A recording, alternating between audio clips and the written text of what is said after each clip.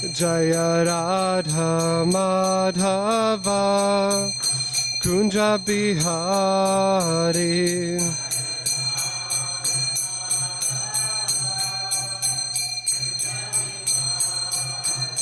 Jaya Prabhupada Jaya Prabhupada Prabhupada Jaya Prabhupada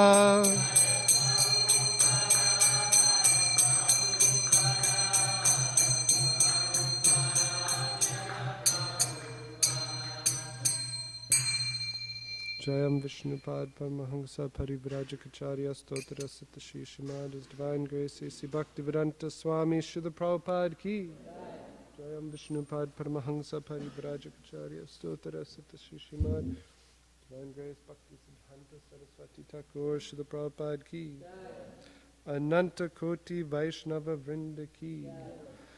All glories to the assembled devotees. All glories to the assembled devotees. All glories to the assembled devotees. All glories to Sri Sri Guru and Gauranga. All glories to the Prabhupada.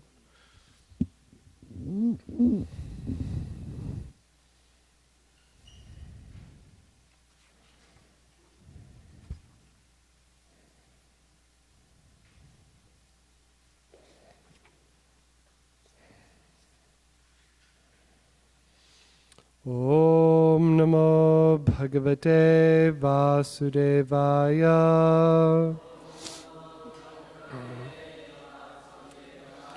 Om Namo Bhagavate Vasudevaya.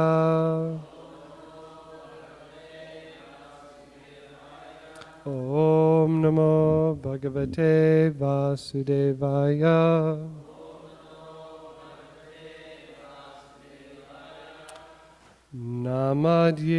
Namadyayani kurvanti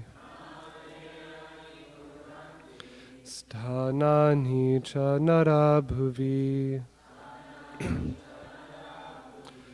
durgeti bhadrakaliti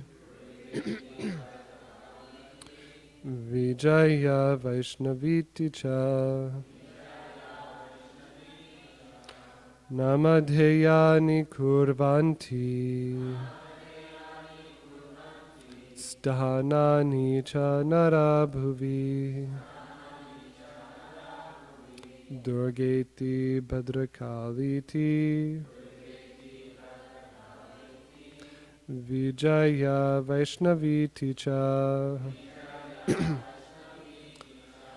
Namadhyayani kurvanti sthanani cha narabhuvi durgeti bhadrakaliti vijaya vaishnaviti cha.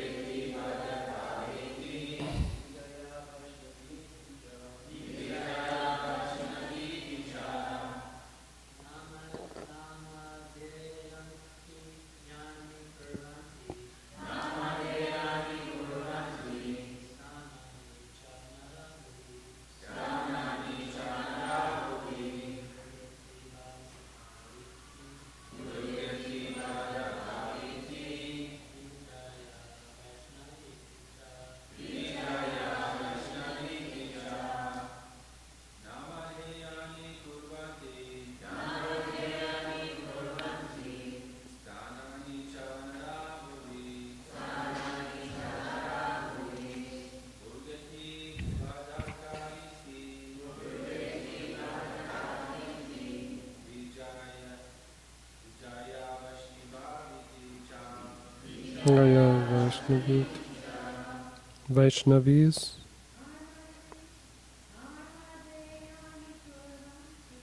Namadhyani Kurvanti.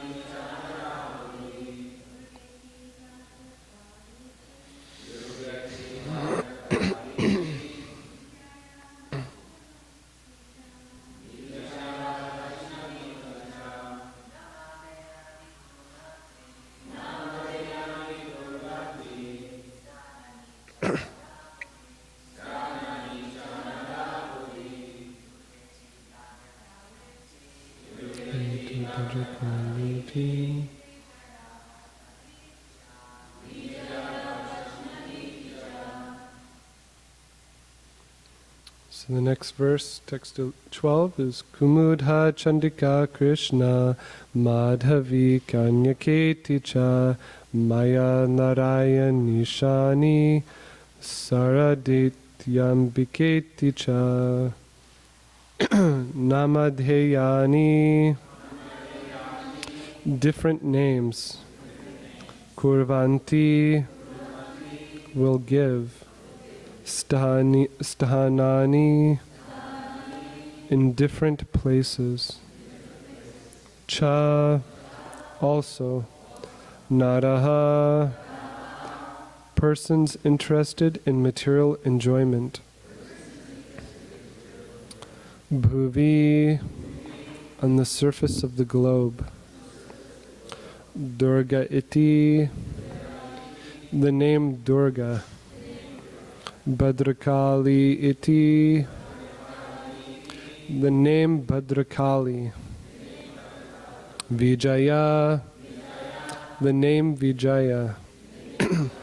Vaishnavi iti the name Vaishnavi. Cha also. Kumuda the name Kumuda. Chandika the name Chandika. Krishna the name Krishna. Madhavi the name Madhavi. Kanyaka iti the name Kanyaka or Kanya Kumari. Cha also. Maya the name Maya. Narayani the name Narayani. Ishani the name Ishani. Sharada the name Sharada. Iti thus. Ambika the name Ambika. Iti also. Cha and. Translation. Lord Krishna blessed Maya Devi by saying, in different places on the surface of the earth, people will give you different names, such as Durga, Bhadrakali, Vijaya, Vaishnavi, Kumuda, Chandika, Krishna, Madhavi, Kanyaka, Maya, Narayani, Ishani, Sharada, and Ambika. Purport by His Divine Grace A.C. Bhaktivedanta Swami Srila Prabhupada Ki.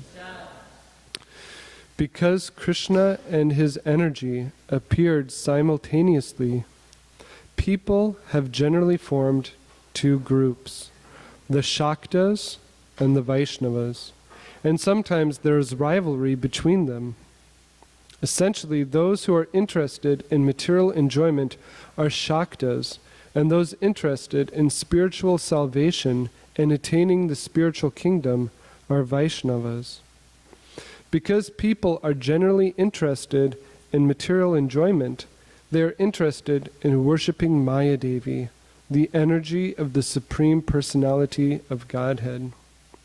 Vaishnavas, however, are Shuddha Shaktas, or pure Bhaktas, because the Hare Krishna Maha Mantra indicates worship of the Supreme Lord's energy, Hara. A Vaishnava prays to the energy of the Lord for the opportunity to serve the Lord along with his spiritual energy. Thus Vaishnavas all worship such deities as Radha Krishna, Sita Ram, Lakshmi Narayan, and Rukmini Dwarkadish Ki, whereas Durga Shaktas worship the material energy under different names. The names by which Maya Devi is known in different places have been listed by Vallabhacharya as follows. In Varanasi, she is known as Durga. In Avanti, she is known as Bhadrakali. In Orissa, she is known as Vijaya. And in Kulahapur, she is known as Vaishnavi or Mahalakshmi. The representatives of Mahalakshmi and Ambika are present in Bombay. In the country known as Kamarupa, she is known as Chandika. In northern India, Sharada, and in Cape Kumaran as Kanyaka. Thus she is distributed according to various names in various places. Srila Vijayadvaja Tirthapad, in his Padaratnavali Tika, has explained the meanings of the different representations.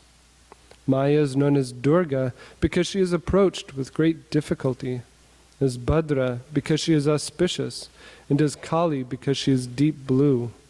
Because she is the most powerful energy, she is known as Vijaya. Because she is one of the different energies of Vishnu, she is known as Vaishnavi. And because she enjoys in this material world and gives facilities for material enjoyment, she is known as Kumuda. Because she is very severe to her enemies, the Asuras, she is known as Chandika. And because she gives all sorts of material facilities, she is called Krishna. In this way, the material energy is differently named and situated in different places on the surface of the globe. Om Agyana Timarandasya Gananjana Shalakaya Chakshuranmilitam Yena Tasmai Shri Gurave Namaha Sri Chaitanya Manobhishtam Stapitam Yena Bhutale Swayam Rupa Kadamayam Datati Svapadantikam Vanchakalpatarubhyascha Kripa Sindubhyevacha Patitanam Pavanebhyo Vaishnavebhyo Namo Namaha Jai Sri Krishna Chaitanya Prabhu Nityananda Sri Advaita Gadadhar Sri Vasadi Gaura Bhaktavinda Hare Krishna Krishna Krishna Hare Hare Hare Rama Rama Rama Hare Hare. So before speaking on this most powerful purport by Srila Prabhupada, I beg for the blessings of the senior Vaishnavas that I may be able to speak properly on our Gaudiya Vaishnav Siddhanta. It's given to us by Srila Prabhupada. So we are continuing with Lord Krishna speaking to Yogamaya.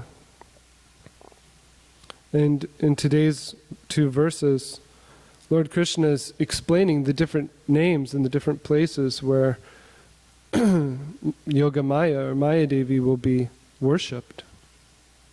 And so let us first examine Yogamaya and Mahamaya, the energy of the Lord. So Yogamaya is known as the internal potency and Mahamaya is known as the external potency. And Srila Prabhupada gives the example that just like electrical energy can produce both hot and cool air, so the same energy, Yogamaya and Mahamaya, it is revealed in two different ways. So just like we're traveling in our car, we want hot air, we turn on hot air. And if we need AC, then we turn on AC, but it's coming from the same source. So the same energy is manifesting itself either as Yogamaya, the internal energy, or Mahamaya, the external energy. And so Yogamaya in the spiritual world, Svavas Prabhu was reading this morning about these two energies in Srimad Bhagavatam. Yogamaya ranges for all the pastimes of the Lord, arranges for all the activities in the spiritual world. And Mahamaya, she arranges for all the activities in the external world. So in Mahamaya, she has two different functions, Prakshepatmaka Maya and Avaranatmaka Maya. Prakshepatmaka Maya means you're thrown into the material world. You're covered over with this body, material senses. And you connect with this material body, you connect with the material world, forgetting your spiritual identity. And avaranatmika maya is when you're covered over by material happiness. Covered over, your intelligence is covered over. And so Mahamaya, she very expertly keeps the living entities in this material world, trying to enjoy separately from Krishna, because this is the living entity's desire. So Yogamaya helps the devotee connect with Krishna, and Mahamaya helps the living entity enjoy separately from Krishna, or try to enjoy separately from Krishna. So we see that Yogamaya, in the pastimes of the Lord, Yogamaya covers the living entities so that in the spiritual world, the different living entities can have a very intimate relationship with Krishna. We take the example of Mother Yashoda. Mother Yashoda, she's thinking that little Gopal is her child. She wants to feed him, wants to take care of him, wants to keep him protected, wants to keep him safe. She doesn't realize that he's God, because his Aishvarya is covered over by Yogamaya.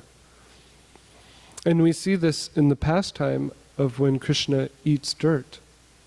One day, Krishna was playing with his friends in Balaram, and there was some disagreement. And so the cowherd boys, they went to Mother Yashoda, and they said, Mother Yashoda, Krishna ate dirt. And so she immediately went to Krishna, brought him on her lap, and she said, Krishna, why are you eating dirt? And started chastising him, showing her Vatsalya Bhav, her parental affection for Krishna, even though he's the supreme personality of Godhead. But she just sees him as a little child. And so Krishna said, no, they're lying. They're lying. They made up this story. I haven't eaten dirt. You can look in my mouth and see.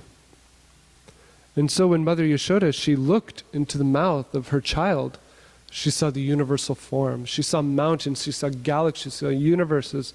She saw the three modes of material nature. She saw everything. And she started thinking, I've just been living in illusion, thinking that I'm Mother Yashoda, I'm living in Vrindavan with Nanda Maharaj as my husband. I've been covered over by illusion this whole time. And she started recognizing that her little Gopal is the supreme personality of Godhead. But then Yogamaya comes and covers over Mother Yashoda. So then she can once again have that intimacy. And Srila Vishwanath Chakravarti Thakur explains that under Aishvarya Gyan, there can not be any intimacy or close affection. And so Mother Yashoda is covered over by Yogamaya, and she completely forgets that she even saw the universal form. So this is the power of Yogamaya in the spiritual world, that she covers over the Aishvarya of the inhabitants of Vrindavan. She covers over the Aishvarya of Krishna. And so the inhabitants of Vrindavan, they're able to love Krishna unconditionally. They're not loving him because he's powerful, because he has all the opulences. They're loving him because they're so attracted to his simple pastimes. And we even see in the pastime of Govardhan Leela, when Krishna lifted Govardhan Hill. Krishna lifted Govardhan Hill for 7 days, but then afterwards they were covered over by Yogamaya. And so even Mother Yashoda, she would say sometimes that, oh, Krishna didn't lift Govardhan Hill, it was just Nanda Maharaj. Sometimes even Krishna would say, oh, Madhu Mangala, he lifted Govardhan Hill by his Brahminical power. So in this way they were covered over, even though they saw Krishna exhibiting such powerful pastimes. But Krishna, being Purna Bhagavan, he can manifest his Aishvarya, or his opulences, whenever he wants to. But then again, the inhabitants become covered over by Yogamaya. And so, this is the power of Yogamaya, and the devotees, Mahatmanas tu mam partam daivim prakritim ashrataha. They take shelter, a daivim prakrita, the internal potency of the Lord. So Yogamaya protects the devotees and nourishes them, nourishes their bhakti. Rather than being under the external energy, the devotees are trying to take shelter of Daivam Prakriti, the internal energy.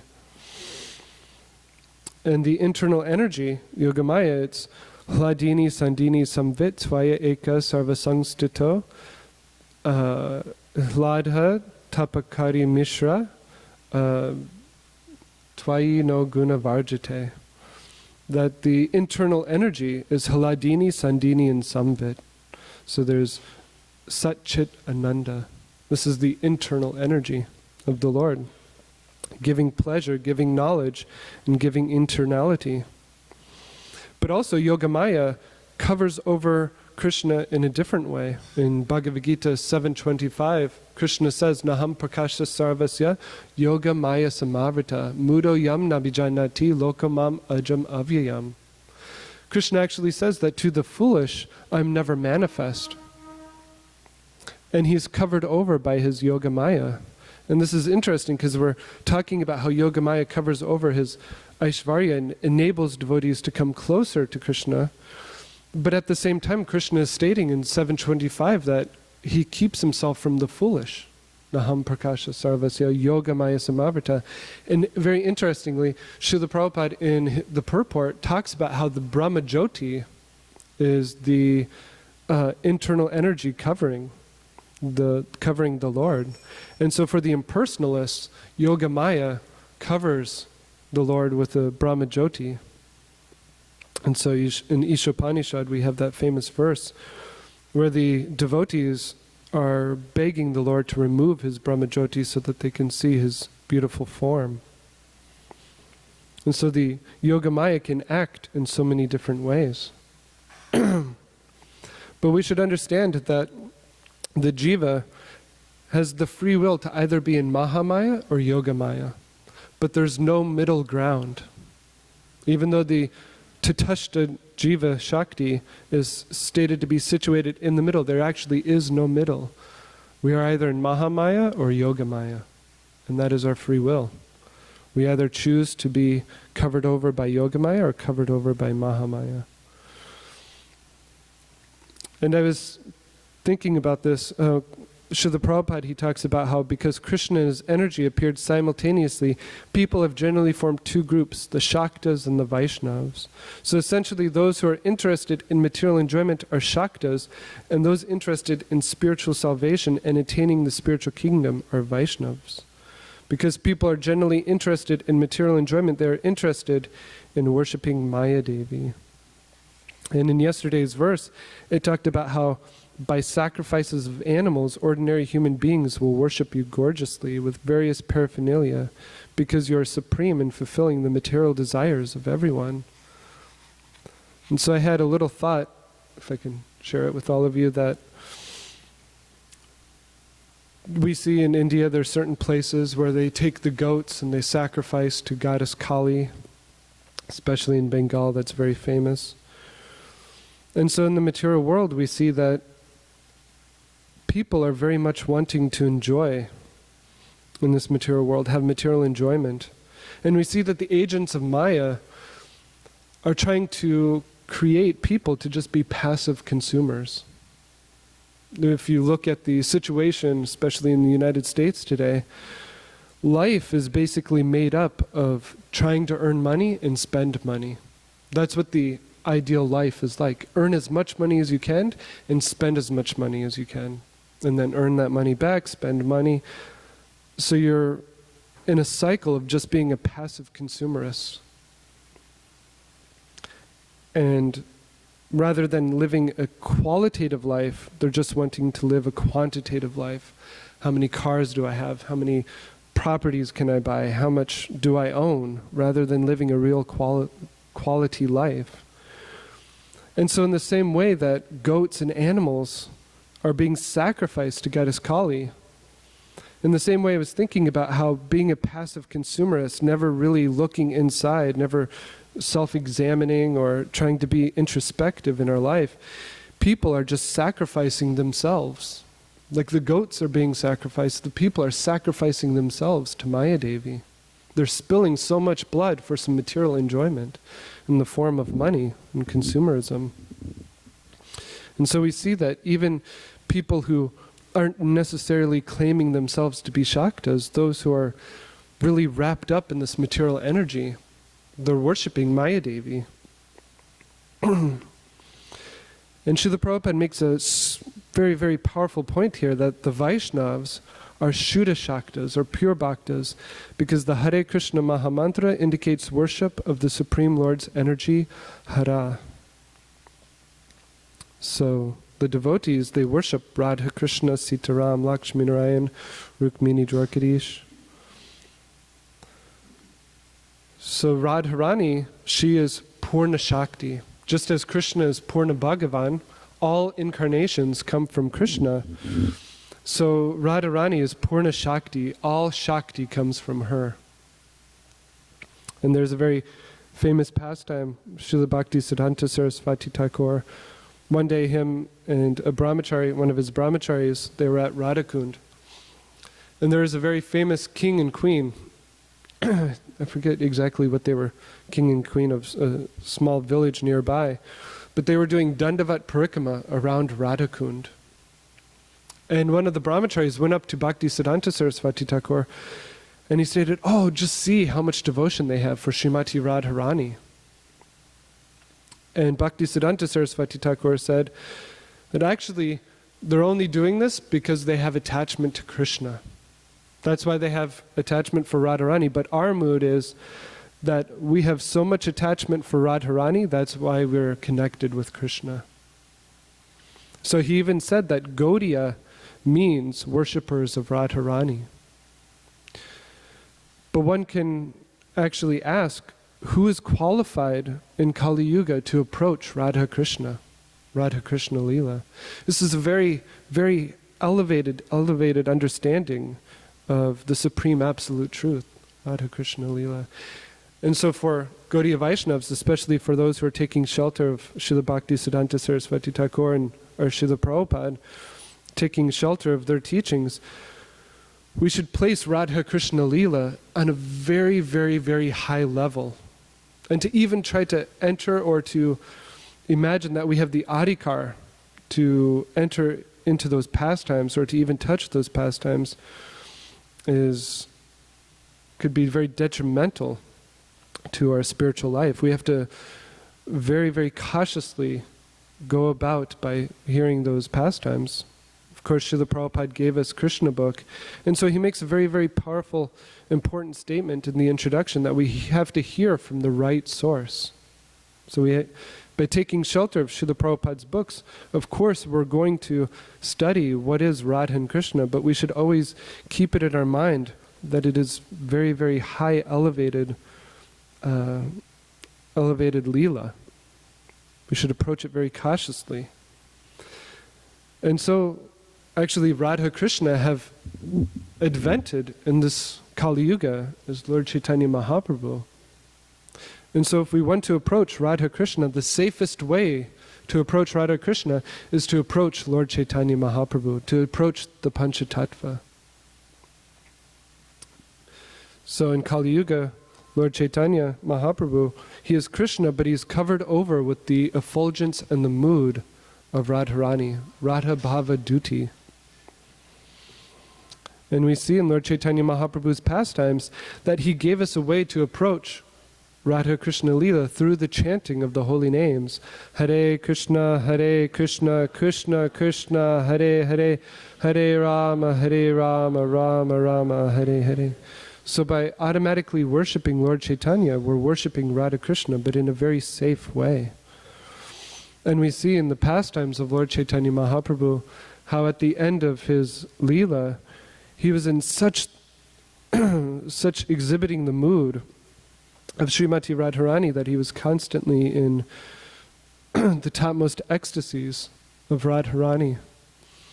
And we understand that Lalita and Vishaka, they appeared as Rup Damodar Goswami and Ramananda Roy to further enhance Lord Chaitanya's wanting to experience the mood of Srimati Radharani. And there's one pastime where the intense separation of Radharani is seen, where Lord Chaitanya Mahaprabhu and the devotees, they were walking on the sand in Jagannath Puri. And in Jagannath Puri, there's sand dunes that form.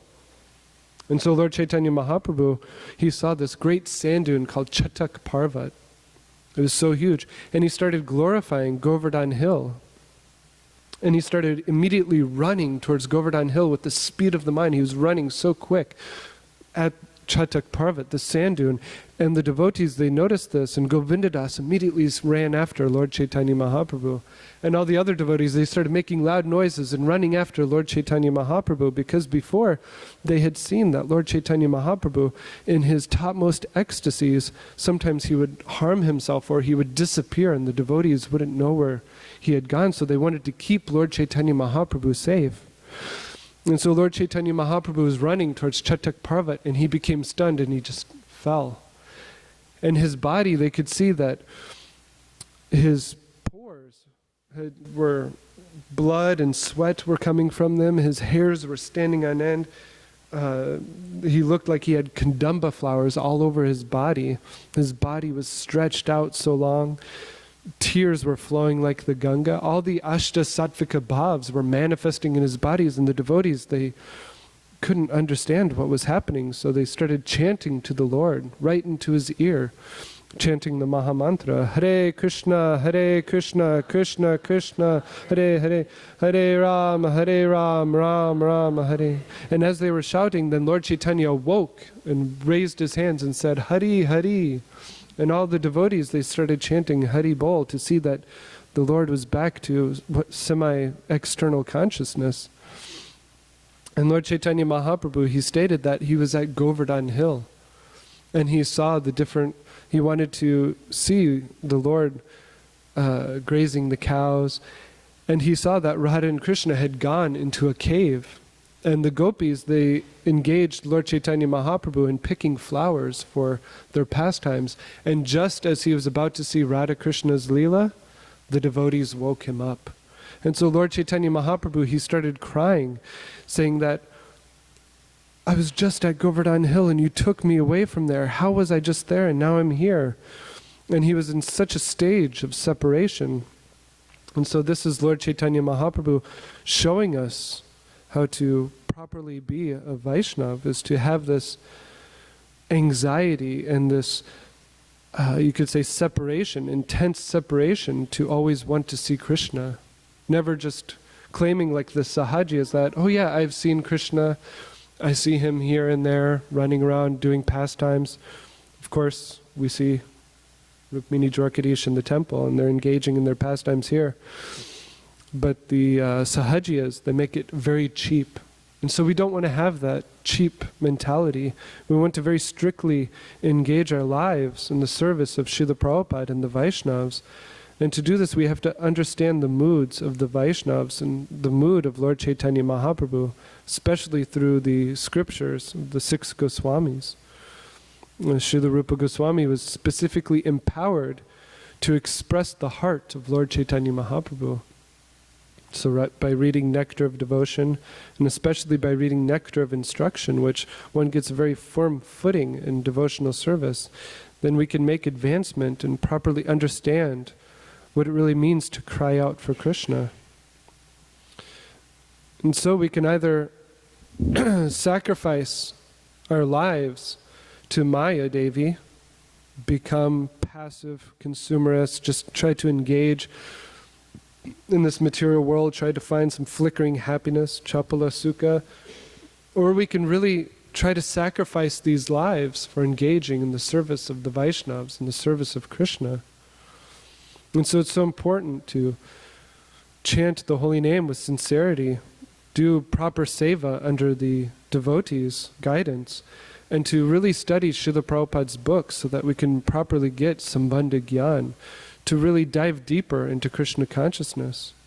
Because if we don't really understand Sambandha Gyan, our relationship with this material world, our relationship with the spiritual world, and our relationship with Krishna and the Vaishnavas, then we can't go any further in devotional life. And Srila Prabhupada's books are an ocean. You can dive into Srila Prabhupada's books, and the deeper you go, there's so many jewels. Today's purport is so powerful. So we should try to make it really a routine to dive into Srila Prabhupada's books and teachings. I'll stop here if anybody has any questions or comments. Radha Krishna Prabhu.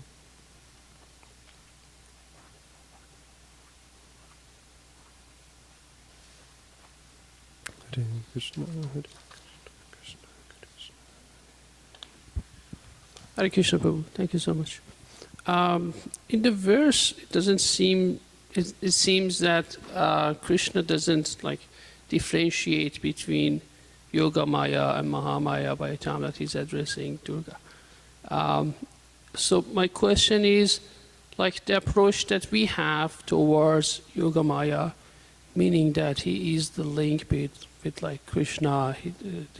He's the key holder to enter into the pastimes.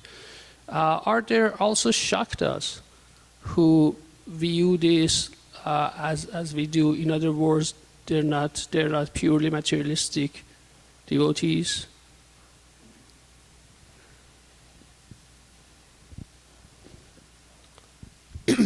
Well, something that we should understand is that just like at the beginning I gave the example of the same energy, Yogamaya and Mahamaya. So Krishna is not differentiating between Yogamaya and Mahamaya because it's technically the same potency. And we see that in front of Kamsa, Yogamaya turns into Mahamaya, Durga. But when she's in Vrindavan, she's Yogamaya. And if there's any pure Shaktas out there, nowadays, United States, Sura Prabhu gave a very nice lecture yesterday talking about the current situation of the yoga world. What to speak of having even real impersonalists in the United States. We don't really have to worry about that so much. But I do have some interaction with those who are Shaktas. They worship Kali Ma. They actually worship her in mode of goodness. They don't sacrifice goats to her or anything like that. And they follow Ramakrishna, who Srila Prabhupada was very, very critical of. But we can see that it's a concoction. You know what? Especially in West Bengal, Srila Prabhupada talks about it actually, that East Bengal and West Bengal, it was kind of divided. East Bengal was for the Vaishnavas and the West Bengal was for the Shaktas, or those who were following Ramakrishna and worshipping Kali Ma. But they had a very different view. They saw that Kali Ma is actually the supreme, even over Shiva, over Krishna. And you could see that they have a very different worship than, you could say, Mayavadis, or they try to worship Durga as Bhaktas would worship Krishna. Try to worship Maya Devi in the mood of, affection and love. We're her children, we're supposed to be worshiping. But it gets very impersonal because they start seeing Ramakrishna and his wife as being manifestations of Shiva and Kali Ma and worshipping them as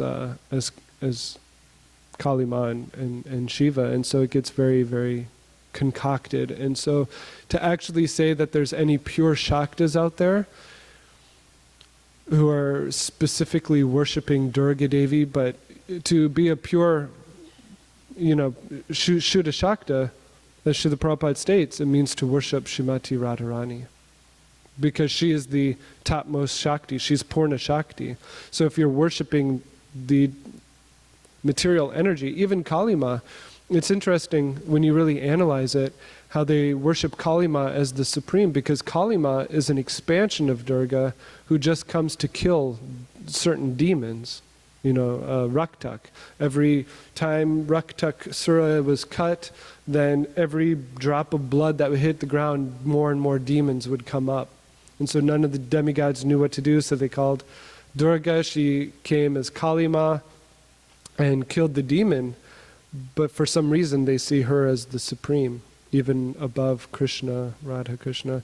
Sometimes they see all the demigods as one. It's just different manifestation, but you're supposed to infuse bhakti with that. So it's just concoction. But as Srila Prabhupada clearly points out, that Shuddha Shaktas, pure Bhaktas, are those who worship Srimati Radhika, who's the Purna Shakti. Archita Prabhu, did you want to say something?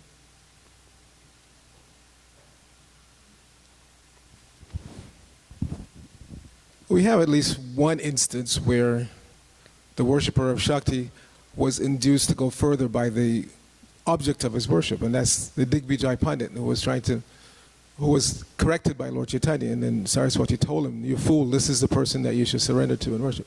So we can infer from that if you are a pure worshipper, pure Shakta, that the object of your worship will push you further. In other words, she will reveal to you what the real truth is. If you are worshiping Saraswati and you have some purity, obviously this Digvijay Pandit had some purity, so she came to him and told him, no, the real object of your worship should be this Lord Chaitanya who you're trying to defeat with scholarship. So he went back and surrendered. So if you have some purity, it's just like we say, there are two classes of impersonalists. And the test comes when they come in contact with Krishna. If you really have some purity, like the four Kumaras, they were supposedly impersonalists, but when they came in contact with Vishnu, they became bhaktas. And those who are not pure, when they come in contact with Vishnu, they become envious, or they ignore him, or whatever. They don't go further. So that test will be there. If you're a pure Shakta, supposedly, when you come in contact with Krishna, you will either voluntarily surrender, or you'll get pushed forward by the object of your worship. In a previous class, we talked about Damodar Kaviraj, who also he was a pure Shakta from birth, but because he received the association of Ramachandra Kaviraj, his brother, Narottam Das Thakur, then he wanted to become a Vaishnava, and so Durga Devi came and told him, take shelter of Krishna. So maybe there's pure Shaktas out there, but just like Digvijay Pandit, he took shelter of Lord Chaitanya or got his association, then Damodar Kaviraj, he got the association of the Vaishnavas. So there has to be Vaishnava association. Andrea has a question.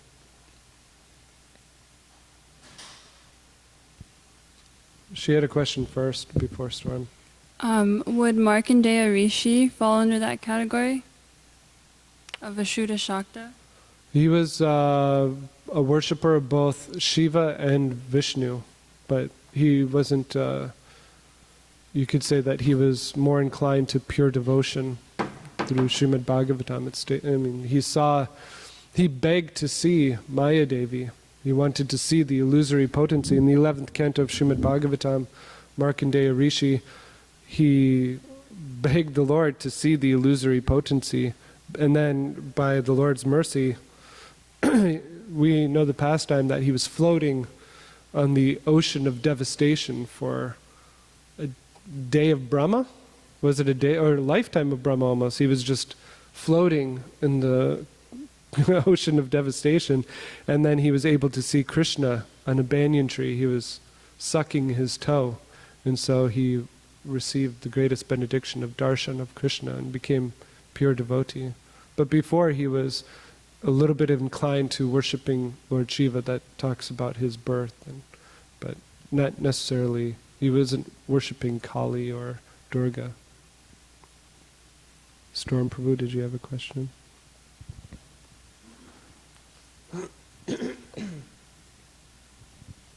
Thank you for such a nice class. Very informative. So it says right here that it says that and because she gives all sorts of material facilities, she is called Krishna. Krishna. Oh, okay. Long A at the end. I guess that kind of answers my question. Jai. Grantaraj Srimad Bhagavatam ki, Srila Prabhupada ki.